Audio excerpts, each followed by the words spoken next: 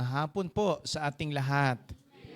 And welcome sa ating service for this afternoon. And nakakatuwa lang, ang daming nag-i-improve na mga singers natin. No? Talagang pwedeng panlaban.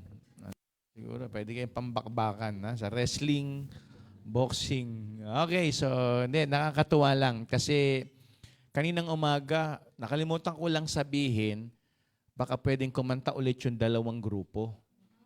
Kaya lang nakatapos na eh. So, wala lang. Natuwa lang kasi ako doon sa dalawang group na kumanta. Yung mga kababaihan. Na kumbaga sa sinuwerte, nakatsyempo. Yung mga boys din. So, blessing. Pwede ba yun sa Wednesday, kantahin nila ulit? Bukod sa mga naka-schedule talaga. Kaya lang wala ako Wednesday eh. Next Sunday na lang. Oo, wala ako sa Wednesday. Sa next Sunday Bali, 4. Tama ba? Hindi, ganito. 3 sa umaga, 3 sa hapon. Hindi, third Sunday, wala. Kumanta na lang sila kahit walang service. Ladies Fellowship eh. Kanta na lang kayo doon sa tent, doon tayo sa labas. Doon tayo mag-service sa labas. Well, tuwa lang ako kasi yun yung goal natin. Meron tayong, kumbaga, nakikitang improvement. So, natutuwa ako. And even yung ating mga galaw-galaw ng camera, sabi ko nga, talagang pag challenge mo at maganda ang puso, may magbabago eh. May magiging magandang mangyayari. Di ba? So, kaya siguro ako, ay hindi ko alam ano po, pero hindi ko naman kayo para pagsabihan, para ma-offend. Hanggat maaari ang goal ko para mas ikagaganda yung ating pinag-aaralan. So, kaya sana maintindihan nyo lang. And please, pag-pray nyo ho, parang, hindi ko alam, parang yung katawan ko matamlay eh. Gusto ko maging masaya, pero parang manalalambot yung aking mga kalamnan. Hindi ko alam. At sana'y talagang magbigay ng kalakasan sa akin ng Panginoon. And pag-pray nyo po, sana next week, magkaroon na tayo ng kahit bread talk.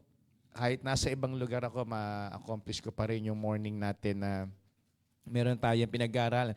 And actually, bagong book na po tayo. Natapos na natin yung Nehemiah. Pwede ba nating i-backtrack yun kung nakailang books na tayo? Please, tulungan ako ng mga digital ushers and usherette natin and yung ating mga secretary sa youth at sa mga iba pang department. Backtrack lang natin. Baka at least magandang balita ito. Marami na pala tayong books na natapos. And also, congratulations doon sa mga hindi pa nagbo-blow out na mga nakakuha ng mga Bible. Yung, alam nyo, talagang blessing ng Panginoon. At may nagsabi, sige, basta darating tayo dyan. Kailan kaya yun? Yung darating naman bo-blow out at masarap. Pwede ako sa ice cream, yun nga lang ay mango bagoong. Mango bagoong ang flavor. So, hindi ho. Medyo, muna tayo, bawas muna ng mga matatamis. Alright?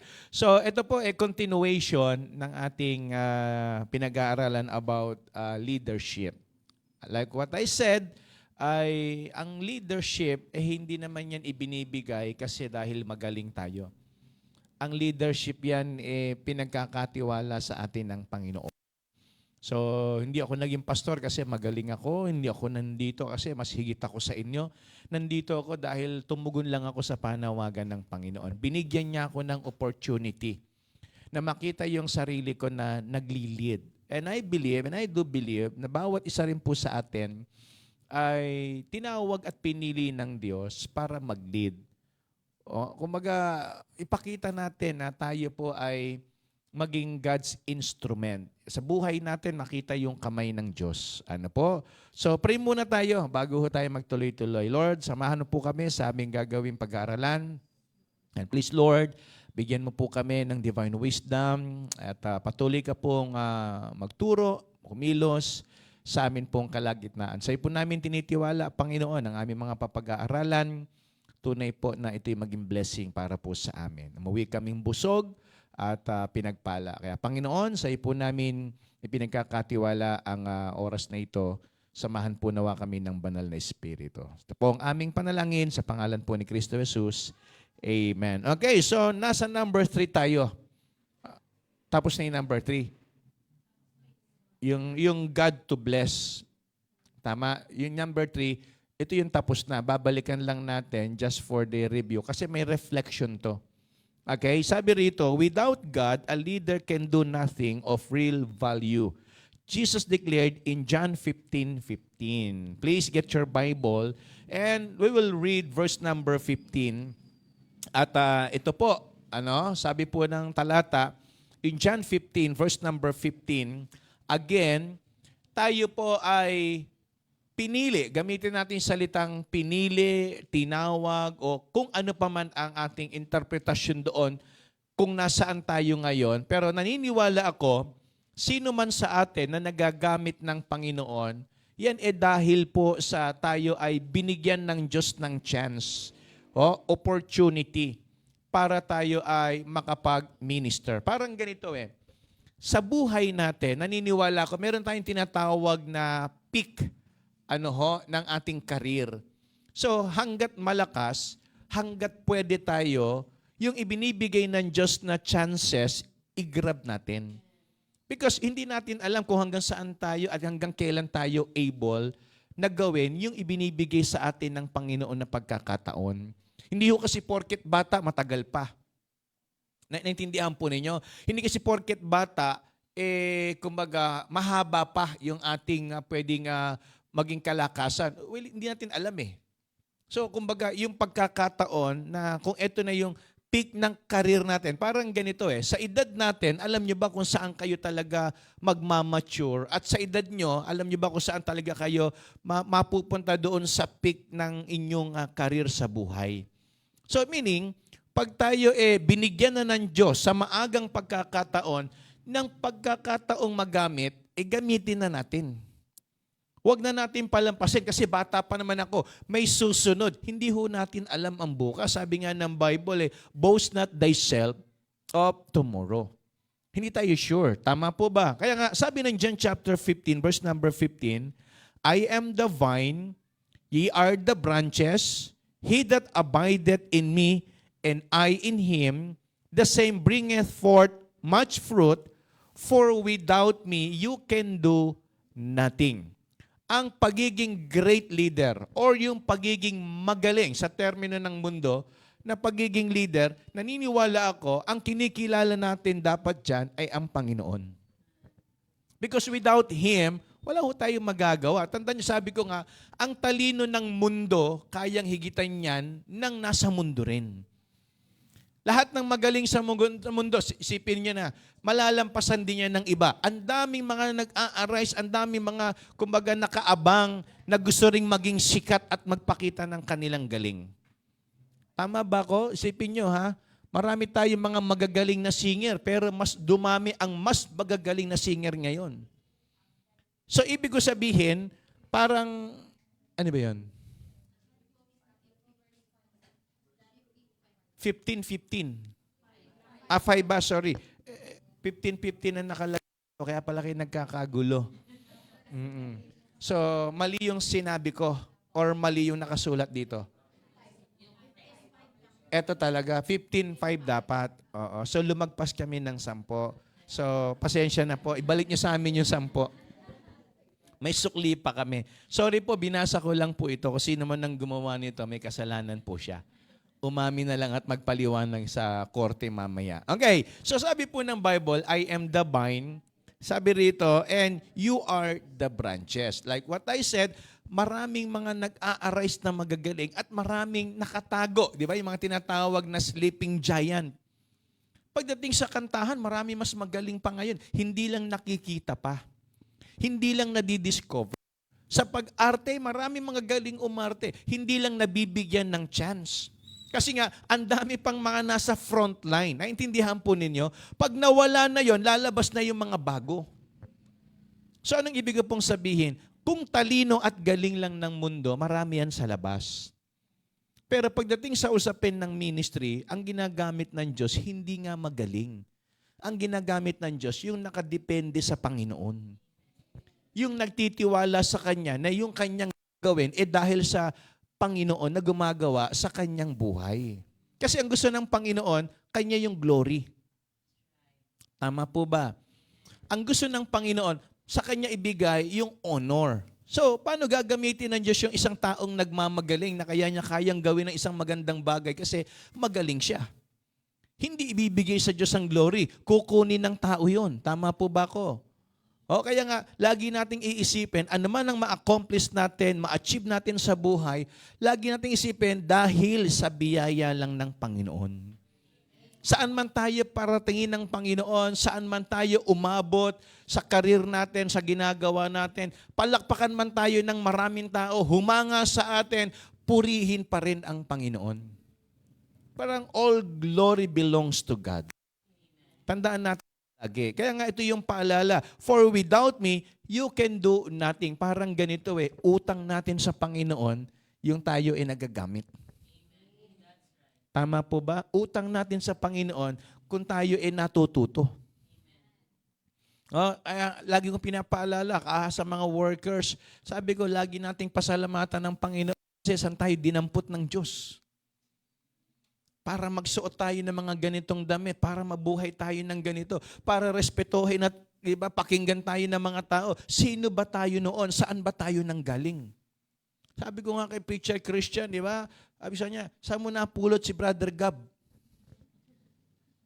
Totoo po di ba? Ikaw ang nagdala sa kanya, kaya nga ganito buhay ko ngayon, dinala mo siya dito Ang ibig ko sabihin, siya ang nag-invite, siya ang nag-win, saan ba napulot si Gab? Sabi ko, dahil mo nang pupulot, sa ano pa ng kalabaw, doon pa tiyan.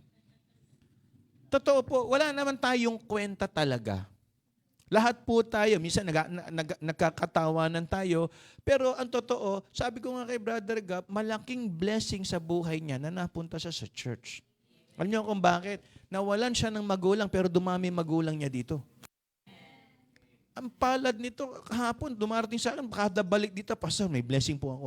Pastor, may nagbigay po sa Pastor, ang palad mo, ikaw lang anak ng Diyos Diba? Ganun po talaga Diba? Kung wala tayo sa Panginoon, ano magagawa? Sino ba tayo sa mundo? Dadaan-daan mga tao dyan Bakit? Sino lang naman sila? Ordinaryo lang sila. Pero yung buhay na pinagagamit mo sa Panginoon, special yun. Tama? At doon mo makikita ngayon yung kaibahan natin doon sa mga nasa mundo. Tayo yung ginagawa natin, hindi lang para sa tao, para sa Panginoon. Kaya meron tayong investment na tinatawag. So sino ba tayo? Kaya nga sabi rito, God blessed Joseph as he worked in Potiphar's house as a slave. Gaya ko na sinabi no Sunday, slave siya na mayroong Panginoon. Tama? Maraming katulong doon sa bahay ni Potiphar, pero siya ang kakaiba. Among sa lahat ng katulong, siya lang ang may Panginoon Tama po ba? Sabi nga ni Mami, may nakikipaglaban sa kanya, ang Panginoon. Diba? Kahit ba tayo mahirap, ang kaibahan natin sa ibang mahirap, tayo may Panginoon. Tama po ba? Kumbaga sa mga nagtatrabaho, marami kayong mga katrabaho, pero ang kaibahan nyo sa kanila, kayo may Panginoon. Tama? So napingan siyang alipin, pero alipin na meron siyang Panginoon sa langit. Kaya kakaiba pa rin ang buhay niya. Then he blessed him as he worked in prison. Bilanggo siya, pero bilanggo siya. Alam niyo kung bakit? Siya yung bilanggo na may Panginoon. Tama po ba? Kung tayo man hinahamak, nilalait ng iba, pero iba pa rin tayo sa mga mas mababa. Bakit? Kasi tayo may Panginoon. Kaya ito yung sabi ng Bible. For example, in Genesis chapter 39, verse number 23. Tama ba ito? Okay, i-check natin Check natin. Genesis chapter 39, verse... Tanyo kayo maganda may dala kayong Bible, nagbubukas kayo. Di ba? Para meron tayong check and balance. Baka mamaya may mali na kami na ipapresent dito. Walang nagko-correct sa amin. Kaya maganda pa rin na manood kayo sa Bread Talk at sumagot kayo sa trivia para magka-Bible kayo ng maganda. Ngayon, kung may pera kayo, kahit huwag na kayo manood, bumili na lang kayo. Ano po? So sabi rito, iba pa rin kasi yung may tinanggap ka kasi may ginawa ka. Yung pakiramdam na. Di ba, Sister Weng, ano? Yun, sabi ng Sister Weng, alam ko, hindi ko nakakalimutan yun Sabi ng verse 23, the keeper of the prison looked not to anything that was under his hand because the Lord was with him. So ito yung bilanggo na ang tingin natin kawawa, kinalimutan, pinabayaan ng kamag-anak, yung tinulungan, wala siya. Maraming ganyan na nangyari sa buhay natin. Tumulong tayo pero hindi tayo binalikan. Tama po ba ko? Gumawa tayo ng pabor, pero nabura sa isipan nila lahat yon. Pero tandaan ninyo, gumawa man tayo ng maganda sa tingin ng iba at okay para sa kanila, may Diyos pa rin na nakakakita. Kasi sabi ng Bible, because the Lord was with him, and that which he did, the Lord did it to prosper. Kaya wag ho kayong masiraan ng loob. Ano ho, kung kayo po nagbibigay kung kanina pa man sa amin, sa mga leaders natin, sa mga naglilingkod, tumutulong kayo, at parang ang dating sa iba, wala lang, normal lang yon. Maniwala kayo, sa Panginoon, merong nire-reading blessing yun. Kasi ang tao minsan nakakalimot, tama po ba? Ang tao minsan may tinitig ng ibang pananaw. Tama? Iba kasi ang tulong sa kanila. Ang tao, pag tinulungan ka, kailangan malaki, kailangan madami. Para sa'yo, yun lang ang kaya mo eh. Tama po ba?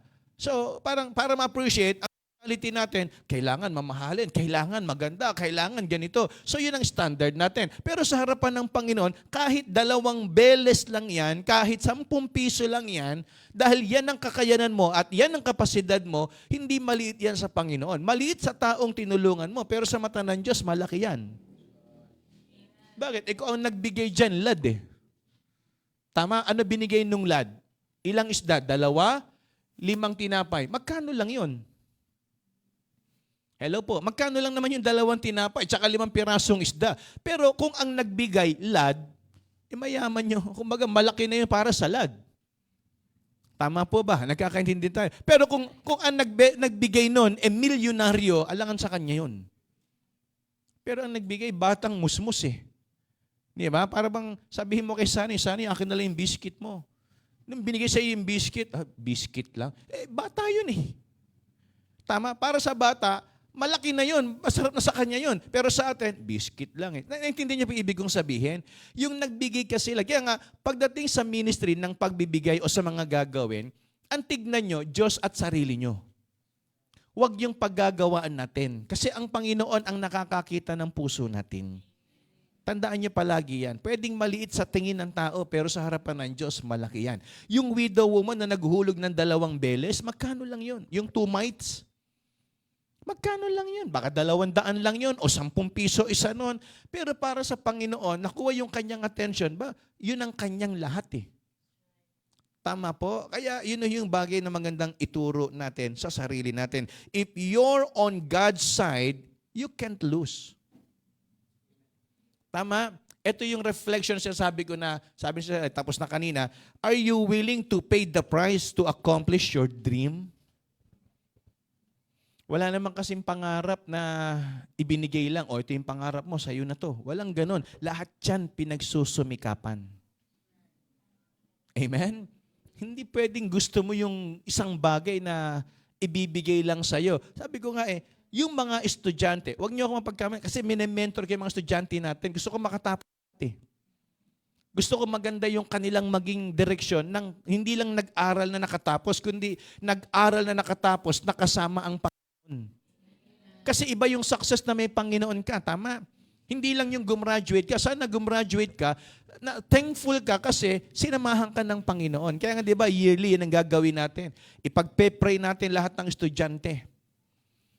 Bago magpasukan, ipagpe-pray natin yan para sa susunod na taon, makikita natin mga mukha niyan, yan yung mga masasaya na nakatapos o kaya nakapagpapatuloy sa pag-aaral. Amen? Kasi hindi lang kayo estudyante, estudyanteng may Panginoon kayo. Amen? Andyan ang magulang ninyo, nandyan kami, nandito kami sa likod ninyo, may nagpe-pray sa inyo at may Panginoon na kaya kayong tulungan. Ngayon, ang pangarap, hindi yan binibigay. Ang pangarap, hindi yan hinihingi. Ang pangarap yan, ginugusto. Ay sabihin, gagawin natin. Willing ba kayo na abutin niya? Parang ganito kung kayo gusto nyong maging, alamang kursong meron tayo, gusto nyong maging, sabihin na nating doktor. Bigyan ko kayo ng certificate. Gawan mo nga kuhanan ng certificate ng gumraduate ng medicine. I-award ko kayo ng 10 certificate dito, mag-practice kayo, ano gagawin niyo sa hospital? Dala niyo lang yung certificate, graduate ako, marami sa recto niyan Pero pag nagtrabaho ka na, paano mo ooperahan, paano mo re-resetahan, yung may sakit, baka mamatay yan. Uminom ka ng Dora 3 times a day. Tapos isang kutsarang Sunrox. Patay. Para cleansing yan. Naintindihan po ninyo, yun ngang veterinaryo, hindi pwedeng manggamot ng tao eh. Samantala nag-aral na yon. So hindi po pwede. So sa madaling salita, gusto nating marating yung pangarap, yung titulo na yon nang walang kahirap-hirap. Okay, sige, pwede. Kaya lang, pagdating mo sa trabaho, mangangamote ka. Naintindihan niyo po yung ibig ko sabihin? Kaya mahalaga na dumaan tayo sa tamang process. Amen ba?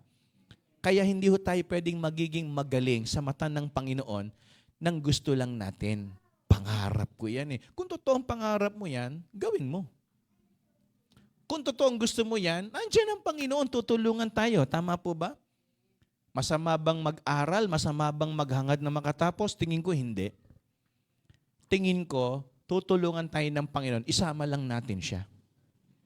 Huwag lang tayong basta nag-aaral. Huwag lang kayong basta maging estudyante. Ang dapat, estudyanteng may Panginoon kayo.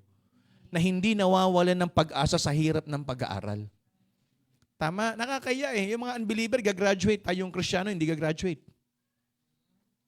Yung mga unbeliever, nakakatapos. Yung Kristiyano, hindi makakatapos. Anong problema? Di ba dapat mas advantage tayo sa kanila? Tama? Ginaguide na tayo ng mga kapatid natin. Ginaguide na tayo sa prayer ng mga kapwa natin mananampalataya. May Panginoon pa tayo na pwedeng magbigay sa atin ng karunungan para may magawa. So, challenge ito sa atin. Amen po ba? Magandang mapag-aralan natin. So, sabi niya rito, are you willing to pay the price to accomplish your dream? Gusto niyo ba yon? Yung pangarap niyo, gusto niyo maabot? Mangyayari yan. Kaya lang, hindi yan libre. Merong kapalit. Kahit nga sa nagtatrabaho, gusto niyo na malaking sweldo, huwag niyo asahan na malaki sweldo niyo, konti trabaho niyo. O totoo po, halimbawa, so sweldohan kita ng 50,000 isang buwan. Timpla mo lang ako lagi ng kape. Wow, sana all. Tama? Naintindihan ninyo? Bibigyan ka ba ng kumpanya na 50,000? Magtitimpla ka lang ng kape, palad mo. Tama po ba? Pag binigyan ka niya ng 50,000, sasairing ka niyan hanggang sa pinakahuling hininga mo. Pagtatrabahuhin ka niyan. Tama ba mga kapatid? Bakit? Susulitin nila yung bawat sentimo na binibigay sa'yo. Hanggang sa hindi ka na huminga. Tama ba ako? Naintindihan niyo ibig sabihin? Ngayon, para bigyan ka ng gano'n, pakita mo, may galing ka. Bagay ka doon sa ino-offer nilang position at sweldo na salary. So kaya, yun ang bagay na maintindihan natin. Hindi ho porket naging manager, hindi porket may posisyon, hindi porket ito yung trabaho sa kumpanya, ganun lang kadali yun. May pinagdaanan yun. Bago ka pa nga mapasok, titignan muna yung track record mo sa pag-aaral eh. Kung saan kang galing na school, kung ano yung, 'di ba? Kung yung grades mo, kung ano yung performance mo roon. So tinitignan pa 'yan. Bakit? Ang mundo may discrimination eh. Bias ang sanlibutan. Naintindihan po ninyo, hindi porket anak tayo ng Panginoon, yung gusto natin sa mundo, mangyayari kaagad. Kailangan nating may patunayan tayo na meron tayong Panginoon sa buhay. Amen? Kaya, yun yung ating pinag-aralan. Then, leadership. Ito na, tama? Ito na yung pasok nating bago. Leadership thought for today. It takes time to grow as a leader. While the earth, sabi ng Genesis chapter 8, verse number 22, sana tama ito ha. While the earth remaineth, seed time and harvest, and cold and heat, and summer and winter, and day and night shall not cease. Ano intindi nyo rito? Kanina, nung binabasa ko, sabi ko, while the earth remaineth, seed time and harvest, cold and heat, summer and winter, day and night shall not cease. Ano ang take up nyo rito sa verse 22 na ito? Ano yung pumapasok sa isipan nyo? Kanina habang nakikinig ng testimony, binasa ko tong verse na ito. Ano bang ibig sabihin dito ng Panginoon? Ibig sabihin, pag merong tinanim, may aanihin. May sistema ang Diyos. May prinsipyo ang Panginoon. At hindi yun magbabago. Tandaan ninyo, pag kayo, sa prinsipyo natin, mula sa sarili nating pananaw, pag kayo may sinuksok, para bang, meron kayo inipon, meron kayo madudukot. Tama ba ako? Pag nagtipid, merong maiipon. So sa madaling salita, prinsipyong pangtao, kapag nagdisiplina ka ng sarili, hindi po pwedeng walang mangyayari. Meron pa rin. Ngayon, sabi niya rito, seed time and harvest, cold and heat, summer and winter, day and night. Parang bagay din na nakita ko, kapag merong maulan ng parte ng buhay mo, meron din magiging maaraw. Kung may panahon ng kahirapan, may panahon ng kasaganahan. Tama po ba? In short, kung nasaan ka ngayon, pwedeng lumipas yan. Either, yung nasa problema ka ngayon, lilipas din yan. Nasa maayos kang kalagayan ngayon, lilipas din yan. Tama po ba? Sabi nga ng mundo, ang buhay daw parang gulong ng buhay. Gulong ng sasakyan. Minsan nasa ibabaw, minsan nasa ilalim. Huwag lang ma-flat. Pag na-flat, ilalim ka lang lagi. Tama, sabi rito, while the earth remaineth, seed time and harvest, cold and heat, summer and winter, day and night shall not cease. Hindi niya mababago ikot ng mundo. Yan ang sistemang ginawa ng Panginoon sa mundong ginagalawan natin. Ano lang magandang gawin natin? Sumunod sa gusto ng Diyos. Kasi yung panahon napapasunod ng Diyos eh. Yung kalikasan napapasunod ng Diyos. Lahat ng ginawa niya, sumusunod sa sistema ng Diyos. How about us? Tama po ba? Nagkakaintindihan po ba tayo? Nung ginawa ng Diyos ang araw, nagbigay siya ng oras kung kailan siya sisikat. Kailan siya lalabas. Naglagay siya ng oras kung kailan siya lulubog. Tama? Hindi nagbabantay ang Diyos. Teka, usod nyo, anong oras na lalabas? Hindi, may sistema na yun. Ang buwan, kailan yan, di ba? Ang bituin. So, nakasistema na lahat, naka-arrange na. Nasa order na yan lahat, mga kapatid. So tayo, susunod na lang tayo sa kung ano yung sistema ng Panginoon. At titiyakin ko po, kapag sumunod tayo sa sistema ng Panginoon, hindi masisira ang buhay natin. Kasi nga, matino ang pagkagawa ng Diyos sa atin. Tama? Kaya lang tayo napapariwara, umaalis tayo sa sistema ng Panginoon. Tama po ba? Bakit tayo meron tinatawag na global warming? Di ba? Naiiba na yung araw, yung gabi. Tama ba ko? Yung summer, yung rainy season. Bakit meron ng binabaha, meron ng landslide? Kasi sa pag-aaral ng mga tao, di ba, ng mga expert, nakita nila, nag-iiba na ang sirkulasyon ng mundo. Kasi nga, merong nakilam. Tama? Meron nang nanira. Yun yung tao. Kaya pag sinisira ng taong kalikasan, ang naapektuhan din, tayo rin. Tama po ba? Napansin niyo ba, di ba? Dati, pag ganitong summer, pag sinabing summer na, wala nang ulan. Pero bakit may ulan? Naintindihan po ninyo? Bakit ganon? Bakit hindi naman binabaha dati yung lugar namin? Bakit binabaha na kami ngayon? Nakuha niyo ibig sabihin. So, nag-iiba na kasi, iniiba ng tao yung inayos ng Diyos na sistema. Kasi nga, sinisira natin. Ganon din, pag hindi tayo sumunod sa sistema ng Panginoon, masisira din buhay natin. Kaya kung paano tayo ina-arrange ng Diyos, magtiwala lang tayo. Amen? Well, Joseph was a cocky kid. That's not unusual for a boy of 17. Imagine niyo 17 years old. Sino dito ang 17 dati? Dati. Sino ngayon ang dobling 17 na? Yon. 17 plus 17, ilan yun? 34. Umami na kayo. But Joseph was worse than that. He was too arrogant for his own good. It wasn't enough for him to be the favorite of his father, Jacob, and to be the son of his old age. And then, the child who received special favor and treatment above all of his older brothers, Joseph had to rub it in.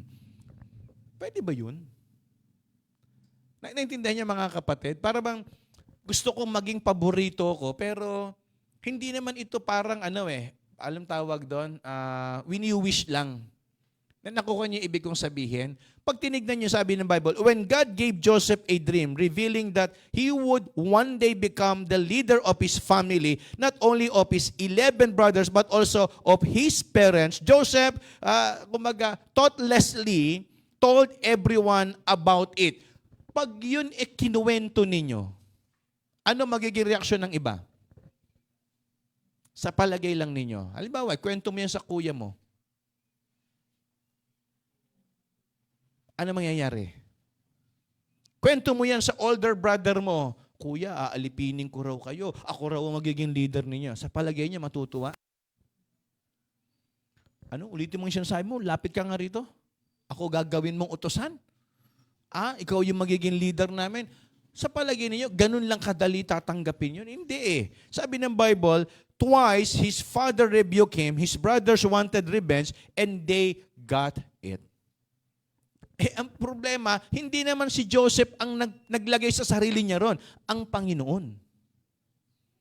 Naintindihan niyo sinasabi ko, mga kapatid? Hindi naman siya ang naglagay doon, ang Panginoon. Sinabi niya lang yung binigay na interpretasyon sa kanya ng Panginoon doon sa kanyang dream. Pero sino maniniwala sa inyo nun? Kuya, nanaginip ako. Ano yun? Panaginip ko, magiging alipin ko kayo. Ha?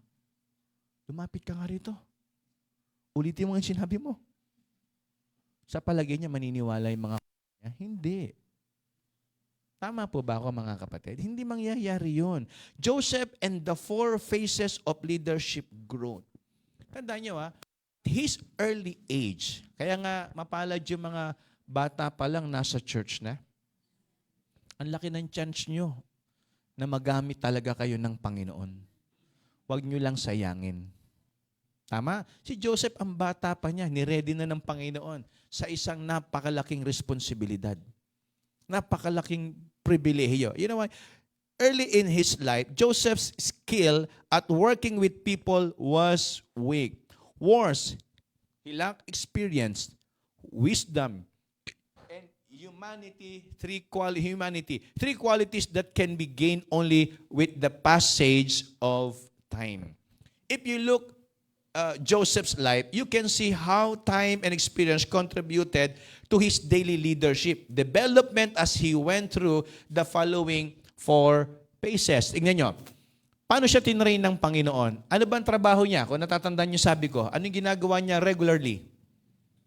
Taga-deliver ng pagkain. Hindi ko, mamaya, meron na bang grab food noon? Meron na bang mga, food panda noon? Kasi siya nagdadala eh.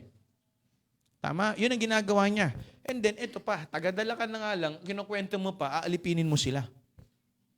So, hindi maniniwala. Number 1, phase 1, I don't know what I don't know.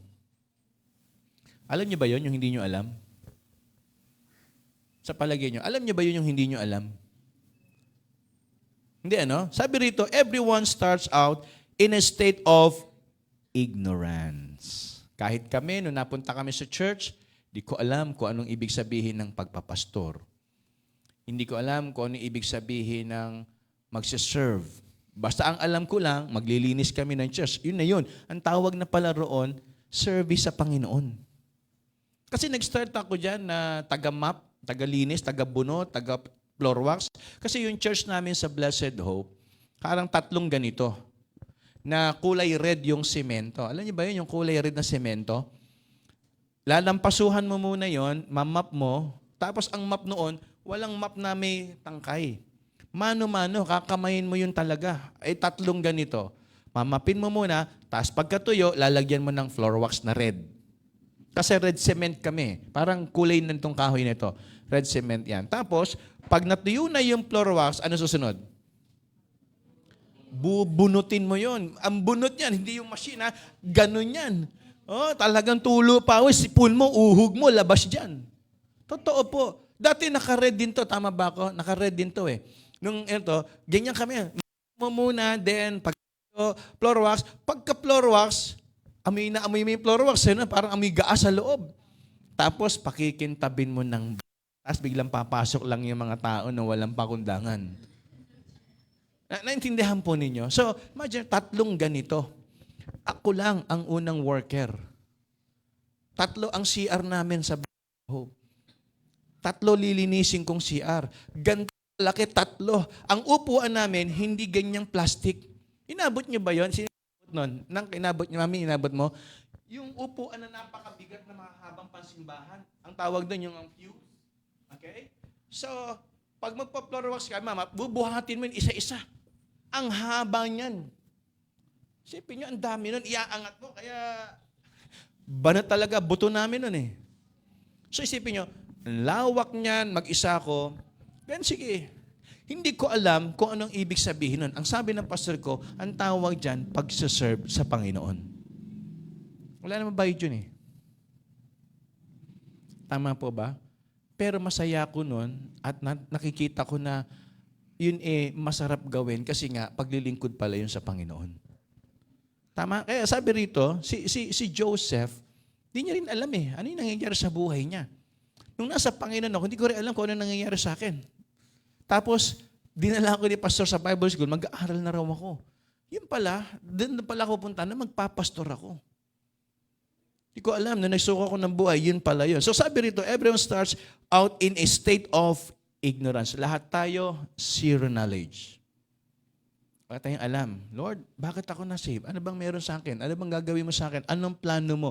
Kaya nga natin kailangan pag-aralan ng Bible to know His will. Amen? Dahil pag save lang tayo, tinanggap natin ng Panginoon, at di tayo nagbasa ng Bible, wala, ligtas lang tayong pupunta sa langit, pero wala tayong ginawa sa Kanya. Di tayo sumunod sa kalooban niya. That's where Joseph began. He didn't understand the dynamics of his family. Either he was ignorant of how his brothers would react when he shared his dream about the ships bowing down. And he didn't care about the damage he would to do to their relationship. The scripture says his brothers already hated him. When he shared his dream, they hated him even more. Sipin nyo, wala siyang alam na pag kinuwento niya pala yun, magagalit. Now you know na kaya pala nagagalit yung iba sa atin, lalo na yung mga unbelievers. Kasi ang nadidinis sa atin, mas mapalad tayo kesa sa kanila. Tama ba ko? Mas special tayo kesa sa kanila. Totoo naman yun. Kaya lang, para sa kanila, nakakairita yun. Sabi mo, may Panginoon ka, wala na nga kayo makain, may Panginoon ka pa. Tama? Hindi na naiintindihan yung naiisip natin. Hello po, naiintindihan sinasabi ko? Parang ang dating sa kanila, yabang mo naman. Dami nyo nang ang problema, tumatawa, masaya ka pa. Di ba? Hindi kasi sila naiintindihan yung meron tayo eh. Ewan ko kung naintindihan niya pa yung sinasabi ko mga kapatid. Para sa kanila, irritating yon. Yabang mo naman. Kaya mo, may problema na kayo. Di ka humihingi ng tulong. So, iba kasi yung pakiramdam ni Joseph. Sa kanya, yung revelation ng Panginoon, hindi lang yun basta knowledge. Yun po vision. Na alam niya, doon siya dadalhin ng Panginoon. At yun ang gagawin ng Panginoon sa kanya. Tama po ba? Kaya tayo nagsasabing, kahit may problema, dapat maging masaya. Kasi nakikita natin, doon tayo dadalhin ng Panginoon. Na kapag dumating yung problema, hindi tayo palulungkutin ng Diyos, pasasayahin tayo ng Panginoon. Hindi tayo nagpapanggap, hindi tayo nagkukunwari. Sinasabi lang natin yung totoo na sinasabi ng Bible. Na sinabi ng Bible, rejoice in the Lord always. In everything, give thanks. Isda na nga lang yan, tsaka kanin. Thankful pa kayo. Samantalang kami, karne, namumroblema pa kami. Sabi ng Bible, in everything Hindi nila alam yon. Walang revelation sa kanilang ganon. Tama po ba ko? Hello po. Nagkakaintindihan ba tayo? Hindi maintindihan ng mga kapatid niyang unbeliever ito. Bakit? Kasi nga, para kay Joseph, hindi pagyayabang yung mali. Ang pinagyayabang niya, may revelation ang Diyos. At doon niya ako dadalhin. At doon din tayo gustong dalhin ng Panginoon. Kapag may problema tayo, anong sabi niya? Huwag kayong mag-alala, sasamahan ko kayo. O alam nyo, kapag may problema kami, ibang-iba kami sa inyo kasi kami talaga, pasaya pa rin kami kahit ito lang ang buhay namin. Ang dating sa kanan, mayabang tayo. Tama? So, pero sa atin, revelation ng Panginoon yan Kasi may Panginoon tayo. Kaya yun po yung Joseph didn't know what he was doing. He was doing and saying things without understanding the existing interpersonal issues. The cause was alienation from his family for more than 2 decades. Kaya anong ginawa sa kanya? Tinakwil siya. Kaya hindi ho nakapagtataka, marami sa atin, ayaw tayo. Bakit? Kasi nga, iba yung mundo natin, sabi nila. Hindi ko kayo maintindihan. Punta kayo ng umaga, balik kayo ng gabi dyan. Punta kayo ng punta sa church, di namin kayo maintindihan. Tama. Nadinig niyo na ba yun sa mga lovebirds na hindi naman Kristiyano? Araw-araw na lang nasa church kayo. See? Maririnig natin yan kasi nga, hindi nila naiintindihan yung mundong ginagalawan natin unless masave sila. Amen? Kaya, saan ba? Sinasabi ko lang naman, sinabi na Diyos sa akin, ano masama ron? Kaya lang, hindi nga natin namamalayan, wala pala sa kanila, di nila maintindihan yun. Sa atin may revelation, sa kanila wala eh. Tayo may Bible, sila walang Bible, hindi humahawak ng Biblia yan. Tayo nagbubuklat tayo nagbabasa tayo nakikinig tayo nag-aaral tayo. Amen? Kaya yung sinasabi natin, kumbaga sa terminong kanto, sa totoo lang. Kasi yun ang sinabi ng Panginoon. Amen? Kaya ito, tandaan nyo, hindi lahat ng makakausap nyo patungkol sa estado ng buhay ninyo matutuwa. Maniwala kayo, merong magagalit, magtataka. Wala na nga kayong ganito, masaya pa rin kayo. Kasi sabi ng Bible, in everything, learn to be content. Amen po ba? Tama po. Bakit masaya tayo kahit kinakapos? Bakit masaya tayo kahit may nararamdaman sa buhay? Bakit masaya tayo kahit may problema? Kasi sinabi nga ng Bible yun. Hindi kami nagkukunwari. Kung kami nga nasasaktan kami, kung kami nga natatakot din sa problema, kung kami nga nag-aalala sa kalagayan namin. Pero dahil may Bible na nireveal sa amin, nagagawa namin maging panatag, masaya, magpatuloy sa hirap ng buhay. Kasi may revelation sa atin. Tama? Pero sa kanila, kamangmangan yan. Sana nagtrabaho ka na lang tong araw na to, umatin-atin ka pa dyan, wala namang nangyari sa'yo. Tama po ba ako? Yan ang mentality nila. Tama po? Walang revelation sa kanila. Sa atin meron. Kaya hindi naiintindihan at hindi naisip ni Joseph na pag sinabi niya yon, magagalit. Ano ginawa nito ng mga kapatid? Ano ginawa ng mga kapatid? Pinagtangkan siyang patayin. Binenta, itinaboy, hindi na itinuring na kapatid. Tama po ba? Yun ang nangyari kay Joseph. Kaya, no wonder na kayo rin, na naglilingkod sa Panginoon, pwedeng gawin din niya ng iba. Kung minsan, kapatid ninyo, magulang, anak, asawa, kamag-anak, sasabihin sa'yo, lumipat-lipat ka pa dyan. Ako, sinayang mo lang buhay mo dyan. Nagsuko-suko ka ng buhay, kamangmangan yan. Kung nagtatrabaho ka sana ngayon, disin sana, di ba? Meron kang ganitong kita. Kung nag-aral ka sana ng ganito, disin sana. Yun ang pananaw nila. Kasi wala silang revelation ng Diyos sa buhay. Tayo meron. Tama po ba? Hindi tayo maintindihan yan. Para sa kanila, kamangmangan to eh. Sinasayang nyo lang buhay nyo dyan. But again, sabi ng Bible, and even Joseph, he didn't know. Hindi niya alam na yung ang dating sa mga tao nito, makakasakit siya. Ang alam, sinasabi niya lang yung katotohanan. Subukan nyo, kayong mga young people na nag-aaral sa kolehiyo, sabihin nyo sa magulang nyo, tinatawag ako ng Panginoon. Ipatatawas kayo niyan. Dadaling kayo sa albularyo. Ngayon, anak ko, sabi nito mga batang to, calling na yan, kuliling yan. Tama po ba? Okay, eto, honest question na. Gusto po ba natin madagdagan ng worker? Gusto po ba natin madagdagan yung mga magpapastor? Tama po ba? Gusto ba natin madagdagan yung mga magiging pastor's wife? Paano kung anak nyo yun? Tama. Nakukuha po ninyo mga kapatid. So, ibig sabihin, yun yung bagay na sana isipin natin. Na hindi po pwedeng ang Diyos may gagawin nang hindi niya naiintindihan. Kaya nung kinausap niya si Joseph, at niya, yung kamangmangan at kamuang itong si Joseph, kilala niya si Joseph eh.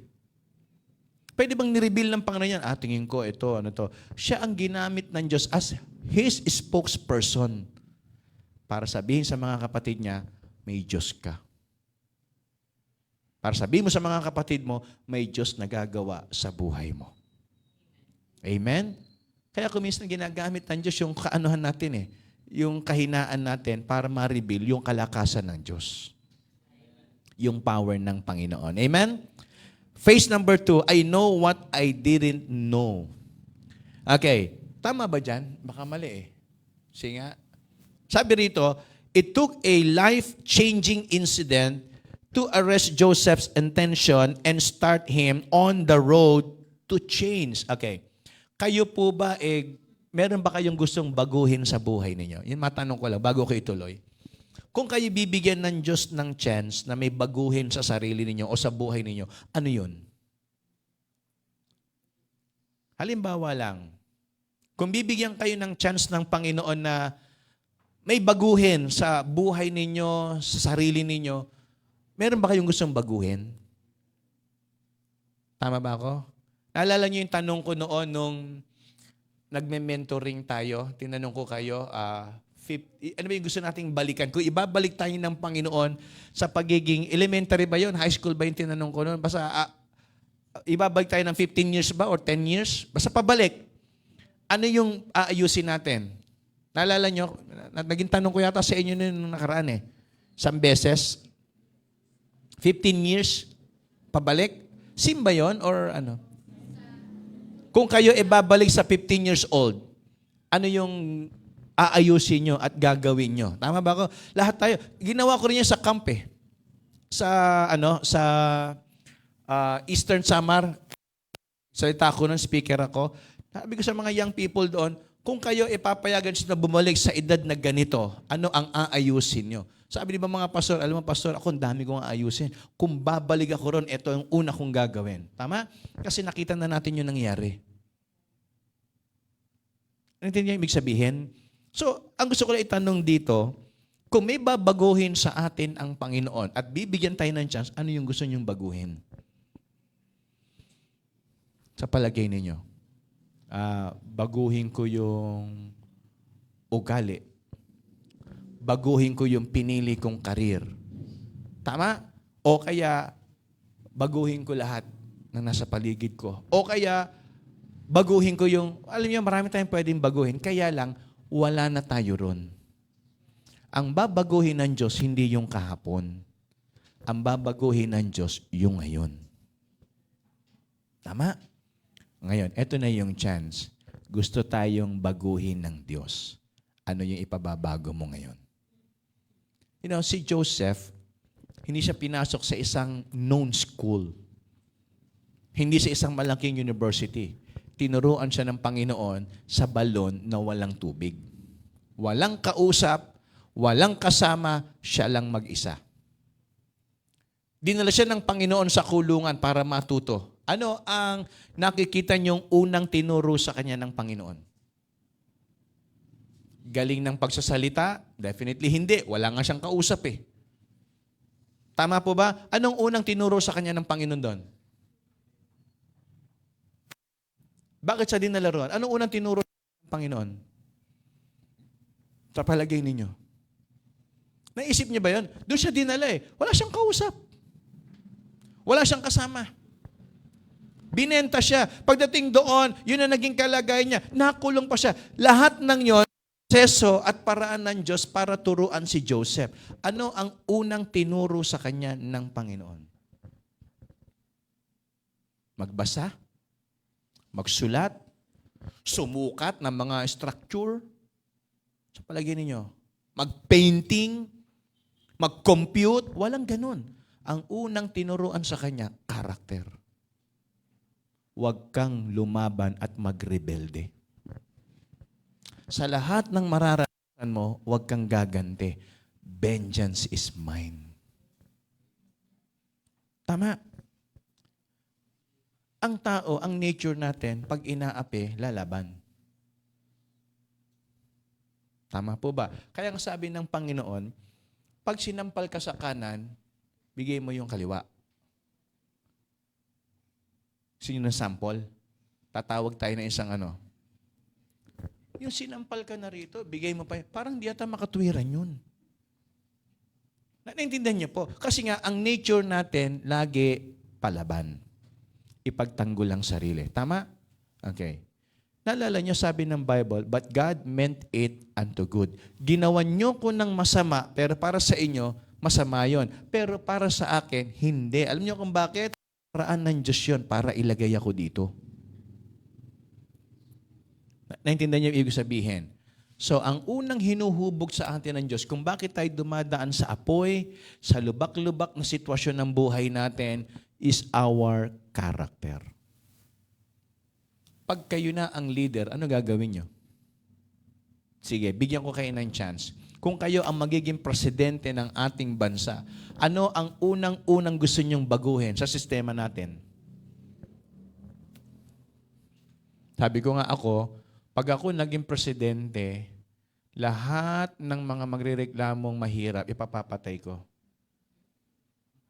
Halimbawa lang naman yun, imagination. May magrereklamo kaya? Wala. Matatakot eh. Sino ang mahirap dyan? Wala ho, yaman kami.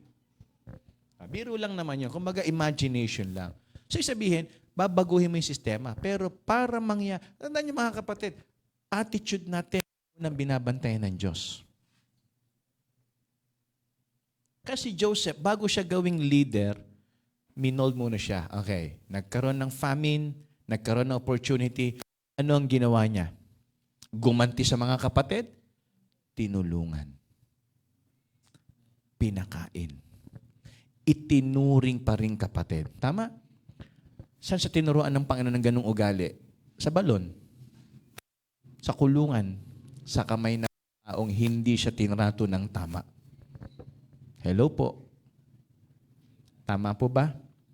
Ganun ang molding ng Diyos sa buhay natin. Kaya pag may problema tayo, hindi para maging rebelde. Hindi tayo binigyan ng Diyos ng problema o pinayagan magka-problema para maging bitter and negative tayo sa buhay. Ano sabi ni Job? I shall come forth as gold. Naintindihan niyo sabi ni Job? He knoweth the way that I take. Ibig sabihin, alam ng Diyos yung pinagdadaanan ko. Hindi pwedeng hindi. But sabi niya, I shall come forth as gold. Dapat resulta ng problema sa atin, maganda. Dapat ang resulta ng pagsubok sa atin, maganda. Dapat ang resulta ng ating pong kahirapan sa ikabubuti natin. Hindi sa ikasisira natin. Yun ang nangyari kay Joseph. Sabi po rito, thrust into slavery in Egypt, he began to learn about what he didn't know. He came to understand that leadership is difficult and carries a huge weight of responsibility. Unang kalaban natin, kung tayo mga leaders na itinatayo ng Panginoon, is not the people around us. Ang unang kalaban natin is yung sarili natin. Nakukuha niyo po ba? Tama? Kung paano natin pinapayagan na yung nangyayari sa paligid natin, kung paano tayo minomold nito. Okay. Pag kayo po ay ginawan ng kabutihan ng ibang tao, ano ang mararamdaman ninyo? Honest. Pinadalan ako ng 3 siopaw. Tigi-tigisa kami. Rachel, ako, si Mami. Nang problema kami kasi paano lulubog yun? Paano bababa?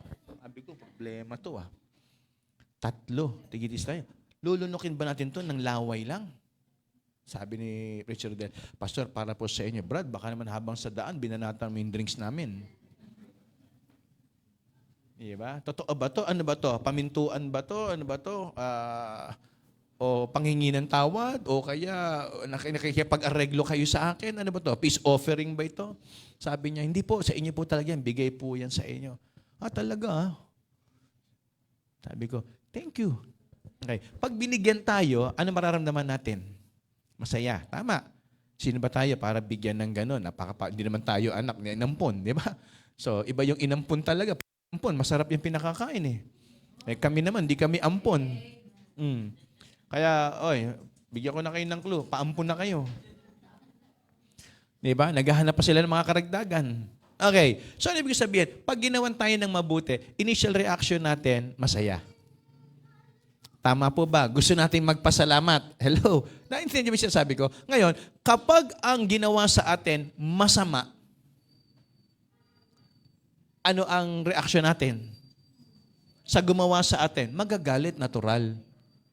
Tama po ba? But ang ginawa ng Panginoon kay Joseph, hindi ganun. Kinalma siya ng sitwasyon. Kaya, nasa sa atin kung paano natin tatanggapin yung nangyayari sa paligid natin. Kahit tayo ipinahihirapan ng sitwasyon, pwede maging masaya. Ikaw kasi yun, hindi yung sitwasyon. Hello? Bakit nakakanta si Apostle Paul kung kanta yung sinulat niya sa Philippians? Kasi kinakanta natin eh. Tama? Pero hindi naman kanta yun eh. Tama ba ako? Pero kinakanta natin. Anong kanta? Rejoice in the Lord always, and again I say rejoice. Nasaan si Apostle Paul? Nakakulong. At kung babasahin yung Book of Acts, yung pangyayari sa Philippians, sabi ng Bible, hindi lang siya nakakulong sa isang seldang ganyan. Ilang layer pa ng kulungan, plus nakatali pa siya ng kadenang bakal na may pabigat na kung ano. Ganong katindi ginawa sa kanya. But again, I say unto you, rejoice in the Lord always. Tama? It's not the circumstances, it's not the people around you or even the situation. It's all about you. Paano mo tinatanggap yung nangyayari sa buhay mo? Hello po. Nagkakaintindihan po ba tayo? Malinaw pa po ba? Kahit i-mold ka nila na maging magalit, ikaw pa rin yan. Kasi tinrain nila akong lumaban eh. No, ikaw pa rin. Kahit may train ka nilang magalit, kung ayaw mo magalit, may magagawa ba sila? Hello po. Naintindihan niyo ibig sabihin? Wag natin, sabi ko nga ewan ko kung gano'ng katotoo, yung isda, kung ilan ang buhay niyan, gano'ng katagal yan nabubuhay sa dagat, pero pag hinangon, piprito nyo, aasinan nyo pa rin. Samantala, napakaalat ng dagat. Tama ba ako? Sino yung nagprito ng isda na hindi na inasinan? Kasi galing sa dagat, maalat naman yung tubig. See? Pinili nung isda, huwag siyang maapektuhan nung lasa ng tubig. Nire-resist niya yung alat. Tama ba ako? Meron siyang panglaban dun eh. Pag pinrito nyo, aasinan nyo pa.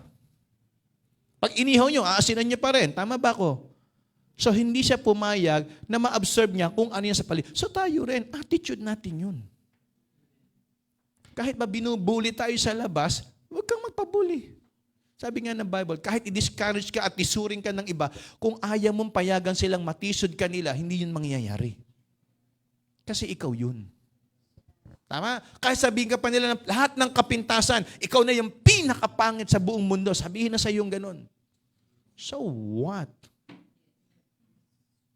Anak ako ng Diyos. Sabi ng Bible, I am wonderfully and fearfully made. Bakit ako ang pinakapangit? Gawa ako ng Diyos. Pag sinabi, kahit nga may mga taong kahit pintasan mo na ng napakaraming pintas, tingin pa rin sa sarili na napakaganda, napakagwapo nila. Hindi naman dahil sa tingin ng iba yun eh. Ikaw yun sa tingin mo sa sarili mo. Ang tawag doon, medyo capsmooks. Ano yung sabihin doon? Basta bahala na kayo, capsmooks. Kine-carry niya eh. Wala tayong magagawa. Ang lakas ng arrive eh. Walang basagan ng trip. Bakit? Kasi nakalagay sa isip niya, meron ako nading isang artista, sabi niya nga, alam niyo, ang tingin sa sarili ko, napakaganda ko. Alam mo bakit? Kasi pinalaki ako ng nanay ko, sinasabi sa akin, ako daw yung pinakamagandang anak. Nalagay sa isip niya, siya ang pinakamaganda. Pero pag yun yung picture niya, kakaiba. Bakit? Pinalaki ko na maganda ko. Sabi ng nanay ko. Tama ba ako? May ganun eh. So, ibig sabihin, ikaw pa rin yan. Kahit nga maganda ang sitwasyon, kung gusto maging bitter, pwede. Kahit nasa iyo ang magagandang pribilehiyo at gusto mo maging rebelde, pwede. Kasi ikaw pa rin yan. Kaya yun ang unang ginawa ng Diyos kay Joseph.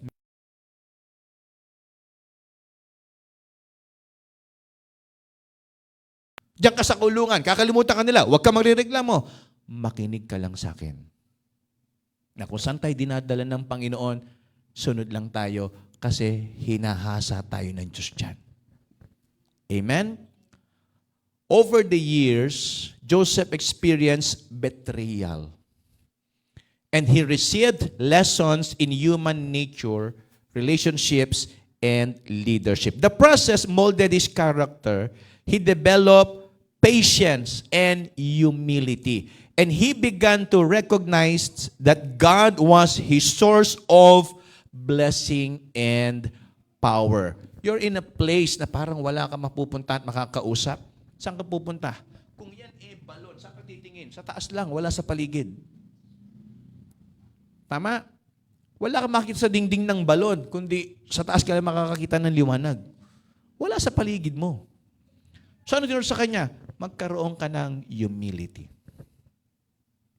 Paborito kong anak, bakit ako nandito? Sa mundo, wala silang pakialam kung anak tayo ng Diyos.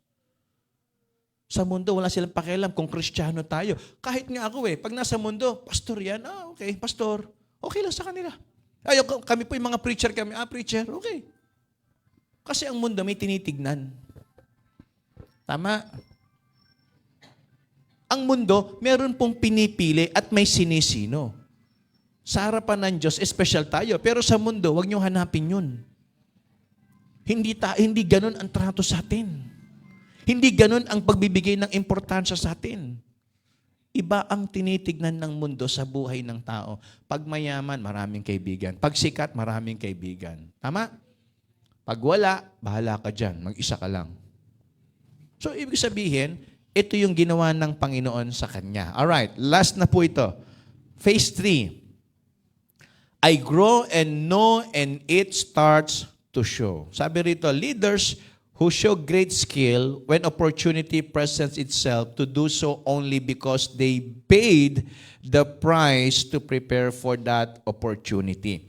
When Joseph was finally called before Pharaoh, he performed with excellence and wisdom. He didn't succeed because he suddenly got good at age 30. He succeeded because he had been paying the price for 13 years because of his wisdom and discernment. Joseph was made second in command of what was the most powerful nation on earth. So, bago niya yun na-achieve, sipin nyo ano yung pinagdaanan ni Joseph? Minsan nangangarap tayo, magiging manager kaya ako? Magiging sikat kaya ako? Pero lahat ng yun, merong kapalit. Hindi nyo mararating ang isang posisyon ng walang sakripisyo. Sabi nga ni Spider-Man, great power, great responsibility. Masarap yung title na presidente ka ng kumpanya. Masarap yung title na manager ka ng isang opisina. Masarap yung title na mataas mo sa secular o sa mundo. Pero hindi lang yun ganun. Tanungin nyo kung natutulog ba sila. Tanungin nyo kung may panahon pa yun sa sarili o sa pamilya. Tanungin nyo kung okay pa sila. Naintindihan ninyo? Kasi madali lang sabihin, tindi ng opisina nito, laki mo, ang dami mga tauhan. Ano? So tingin natin, parang ang dali lang sa kanila yun. No. Sabi nga si Sir kanina, ilan niya pinupuntahan niya, pupunta ka sa ganito, kakausapin mo, iba-iba. Madali lang yun sa tingin ninyo, pero pagkausap mo at nandun sa actual, di mo alam kung ano gagawin mo. Kaya lang, Sister Gypsy, baka pamanahan ka ng isang mall, wag mo kami makalimutan, ha? Pamili ka na kung anong mall. SM ba? Kasama ba SM sa inyo? Hindi, ano? Ano ibig sabihin, mga kapatid? Masarap lang marinig, President, Executive Vice President, Manager. Pero kamustahin nyo sila? Okay pa ba sila? Tama ba ako, mga kapatid? Naintindihan ninyo? Hindi ganun kadali yun. Si Joseph, bago siya naging great leader sa isang bansang makapangyarihan, saan mo siya dumaan? Slavery.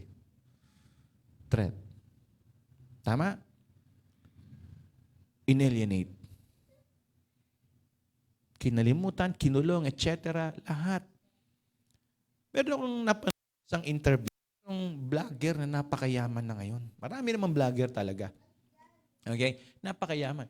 Pero nung career nila, kasi nagsimula sila before pandemic pa.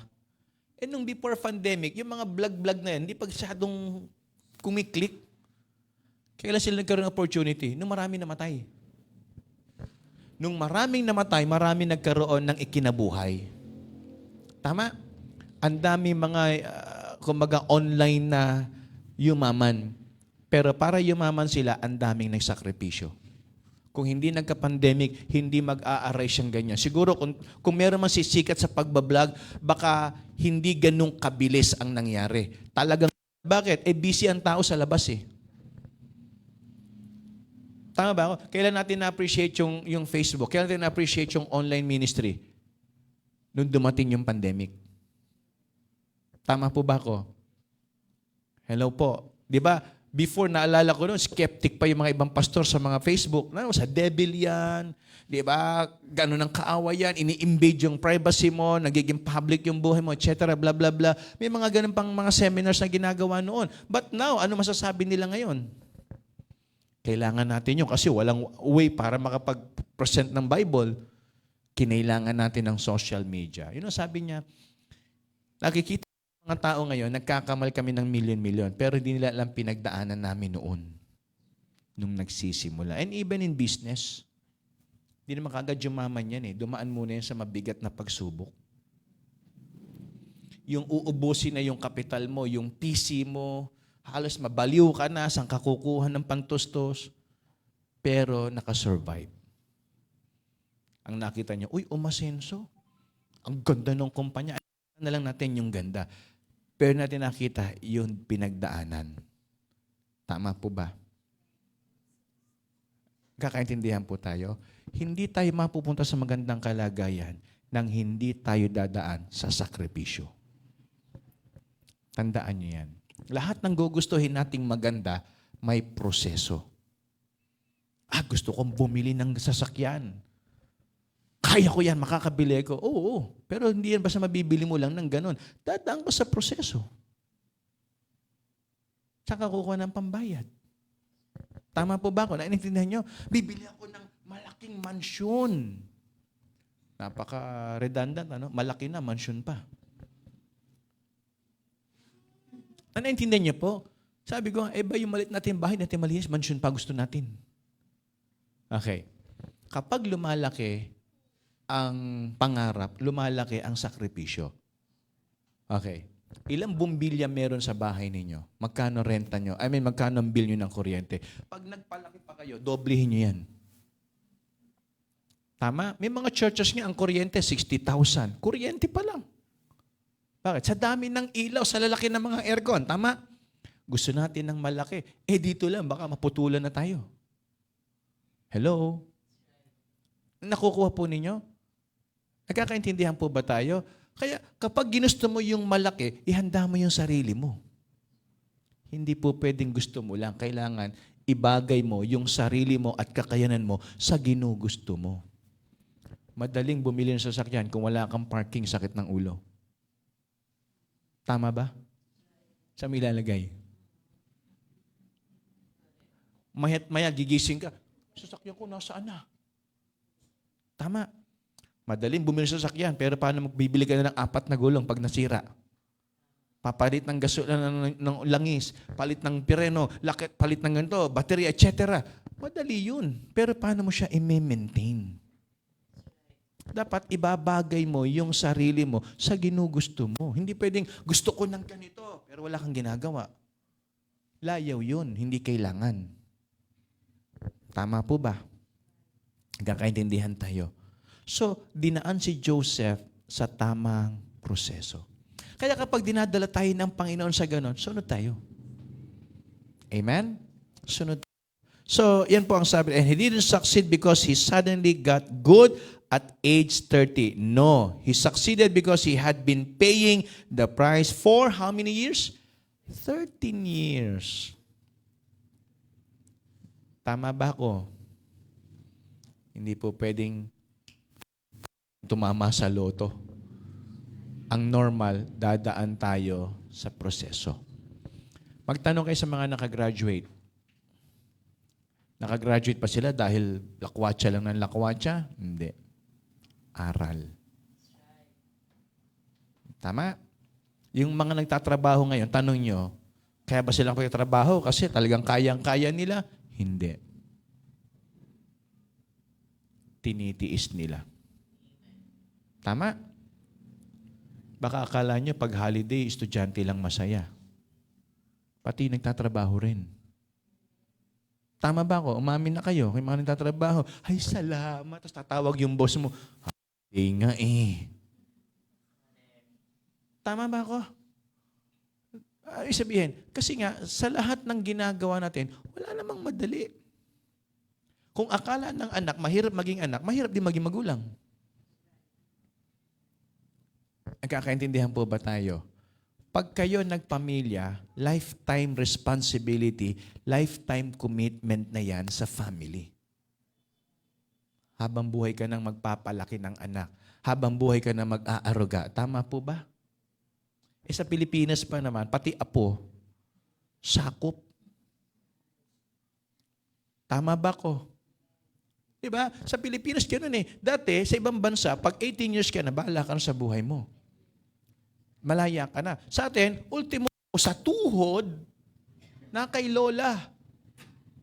Tama ba ko? Tapos yung mga anak, kasama pa sa bahay ni nanay. May asawa, may apo na sa tuhod, magkakasama sa isang compound. Ayaw maghiwa-hiwalay. Tama ba ko? Kaya pag pumasok ka, isang tribe na yun, isang angkan na yun. Pumasok ka sa lunggan ng mga, di ba, clan. O, ganun tayong Pilipino. Ayaw natin maghiwa-hiwalay. Kaming tatlo, si Rachel, si mami ako, nag-uusap-usap kami. Sabi ko, paano kaya pag may asawa na yung anak ko? Saan kaya kami titira? Ipagagawa naman niya kami ng bahay, kaya lang nakahiwalay. Ang kasama niya si Ate Sara. Pero may bintana naman, may pinto naman na makikita niya kami. Sabi ko, ibang klase, ano?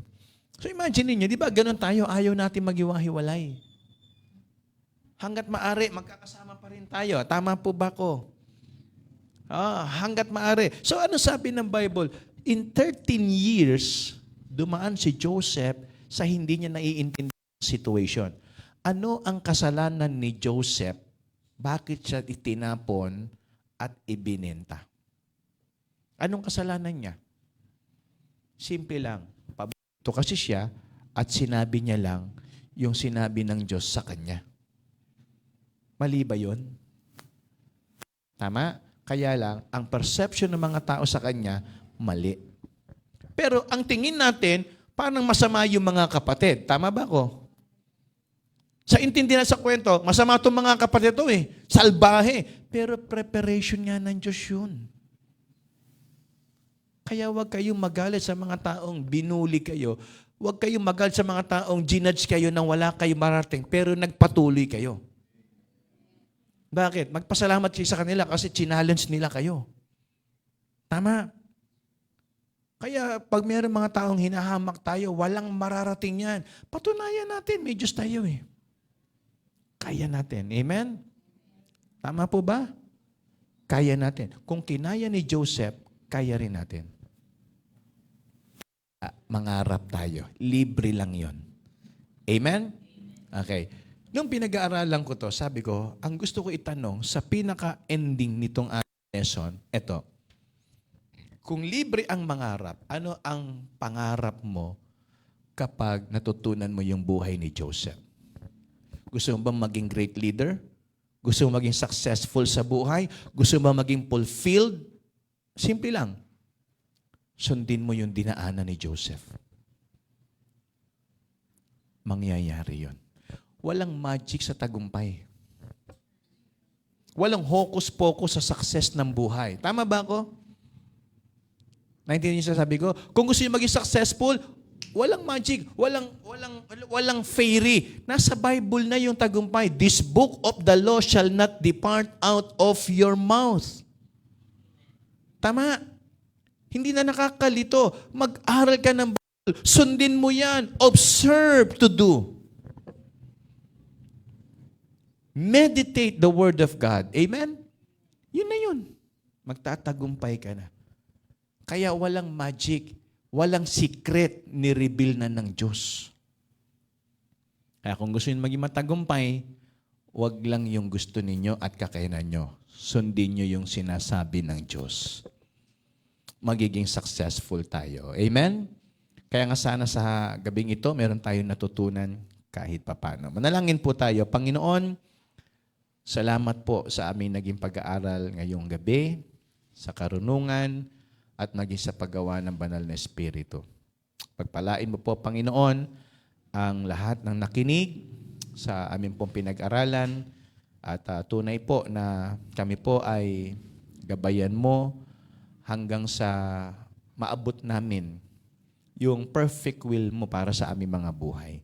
Kaya Lord, maraming salamat sa pagtuturo,